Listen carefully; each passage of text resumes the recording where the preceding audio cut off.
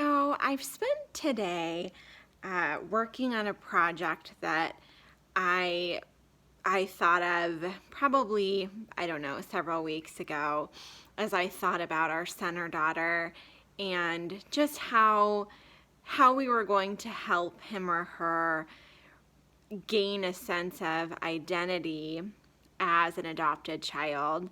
And I just so want our child to see themselves and their family as like a strong source of an identity, like a strong, solid narrative that they can tell themselves instead of feeling lost to feel even more whole. Like, oh, I have a bigger family. I know where I come from. And it's made me think a lot about my own sense of identity as I try and empathize and imagine what it would be like to have a family formed through adoption, and to think about the ways that I find identity by looking to my family. I was recently with my aunt, and she was talking about different mannerisms that we share in our family and even little things, and it gave me such a sense of connectedness. And I was thinking about my own center daughter, and that's a loss for them, especially, I mean, we're planning as open an adoption as possible, where we're in contact with their family and we have pictures of them, and so they're very much an active part of our family. But it may be that that's not the case, that that's not what the birth family wants, which is also very understandable from their point of view. And so either way, I want our child to have something that he or she can really root into and feel connected to. Like I had that sense of connection to my aunt right from the beginning. I want us to be able to help them build a narrative that's going to help them be resilient. So anyway, I've been working on this project today, and it's brought up a lot of feelings and a lot of insecurities, and I've been talking to one of my dear friends who just had a baby 4 weeks ago, and she's just killing it. She's amazing.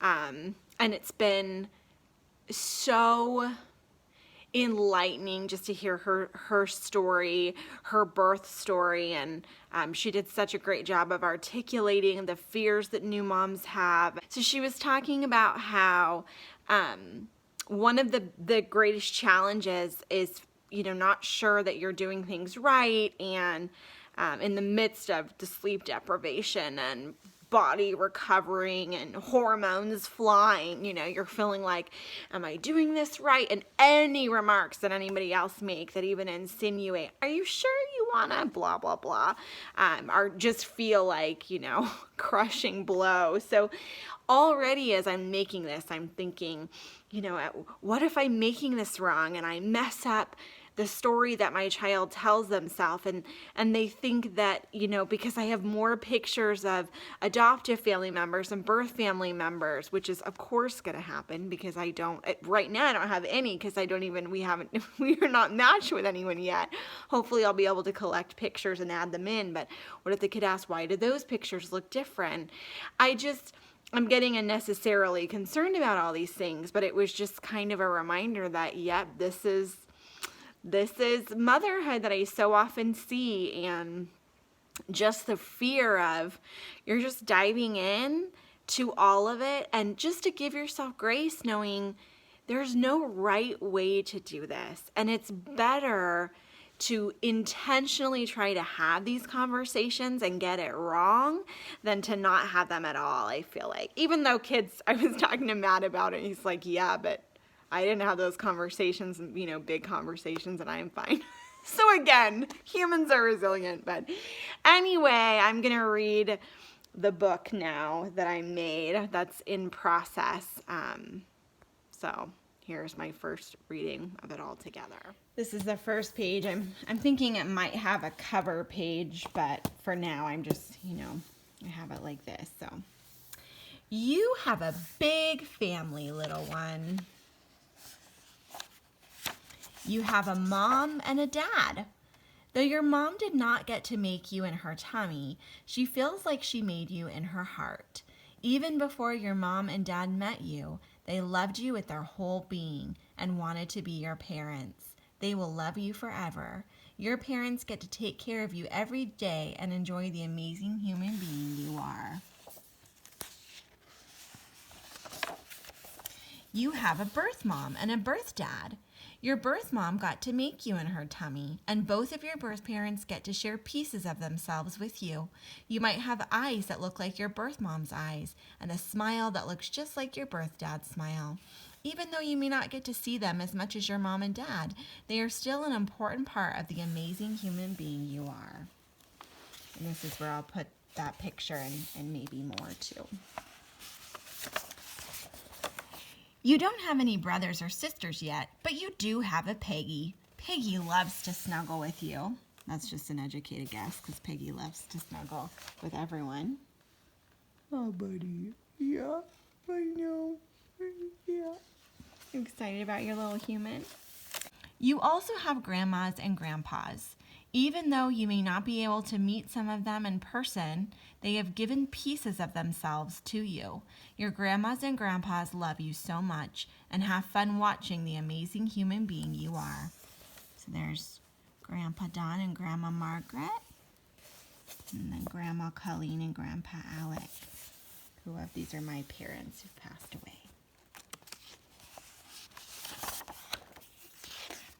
And then birth grandma and grandpas can go here if I get those pictures.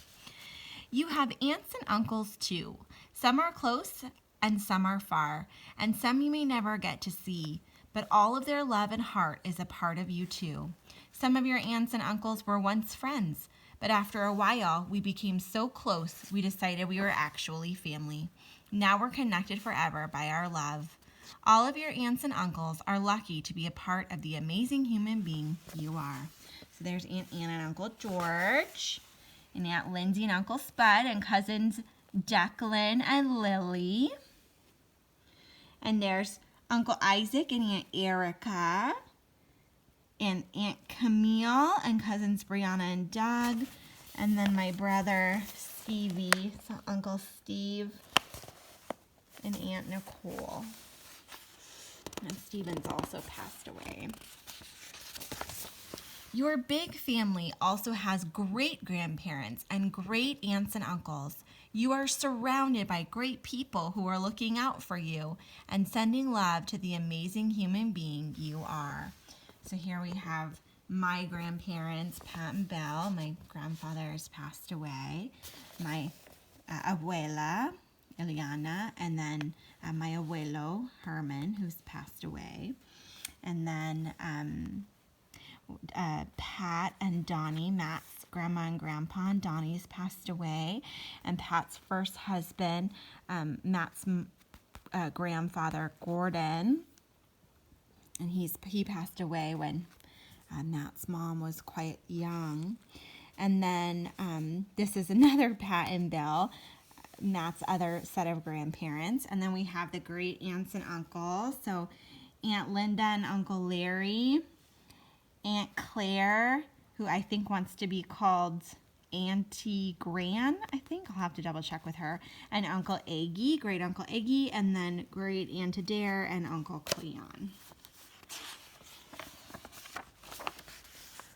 What an amazing family for the amazing human being that you are. And so then, of course, there's room for more pictures. I realize that in writing this book, I feel like it's not just about our child. It's about their aunts and uncles and cousins and grandmas and grandpas and all of these people that have invested in us living in debt. These people have been such an incredible influence in our life, and many more that are not in the book, either because I didn't have pictures or I haven't gotten them in there yet. And so it was very emotional thinking about that this is about intentionally passing on those legacies and conveying that, especially the great grandparents and the great aunts and uncles and the grandparents but aunts and uncles, really all of it. There's just so much feeling behind everything, and I worry, am I leaving, I'm leaving certain people out just because, I can't fill every family member in here, but it doesn't mean that they're not important. It's just like a representative sample. And so anyway, it was kind of stressful. And then I'm thinking of the practical things like, okay, once we get the pictures from birth families, I'll put that in and then a cover. And I just keep reminding myself, like, this is supposed to be just like a fun thing that helps as a jumping off point, that I can read to our baby from the beginning. And babies love looking at pictures of faces, and I'll just,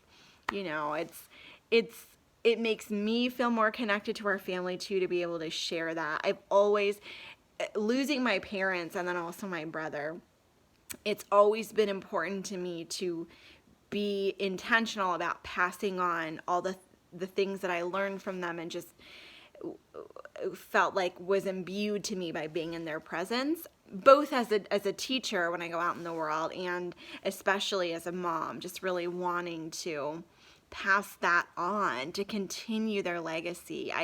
I really feel this enormous sense of responsibility, frankly, and it's not just them. It's really, I feel a lot of gratitude for all of the people that have touched my life in meaningful ways, and want to make sure that I pass that on to the next generation, especially as a mom. So anyway, very emotional project, and I think it's been especially emotional today. I thought that I would be more excited about finally reaching activation stage. At this point, as of like a couple days ago, we sent in the last bit of paperwork. Finally, our refinance was done.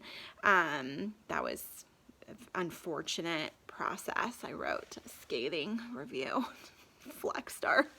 But anyway, thankfully it was finally done, and we were able to move on with the adoption. In the grand scheme of things, I think it took like a month and a half from start to end to get the adoption paperwork through, which is pretty good, I must say. Like, that's very fast. But again, like I've said in other videos, after foster care, it seemed like a very small, dainty process. So anyway, but I'm feeling at this point, instead of excited, I find myself having to like reach for that excitement because I'm afraid. Here we go. I've been in this place before where everything's done and it's just the waiting. And what if we don't get a baby? What if we've done all this again and we don't get a baby? And what if we do? What if in a couple weeks we get a call? I hope so. But it's just either way. So then I start to get excited again. But it's hard to know what to do with myself during this time, which is, every adoptive parent out there can relate to that. Just the waiting and not knowing.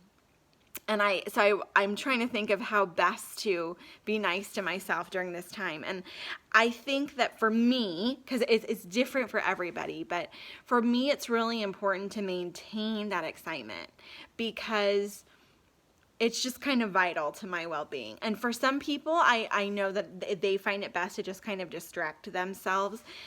And there is a balance, but I feel like there are specific things that classes I can take or books I can read or little things I can do to prepare, like the hospital bag checklist and little things in the room, moving things around.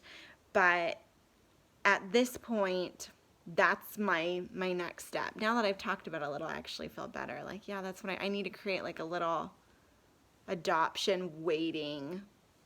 Ooh, I should do that, like a little checklist for myself or like a little calendar. Oh my gosh, I'm totally gonna do that. Okay, new project. All right, signing off.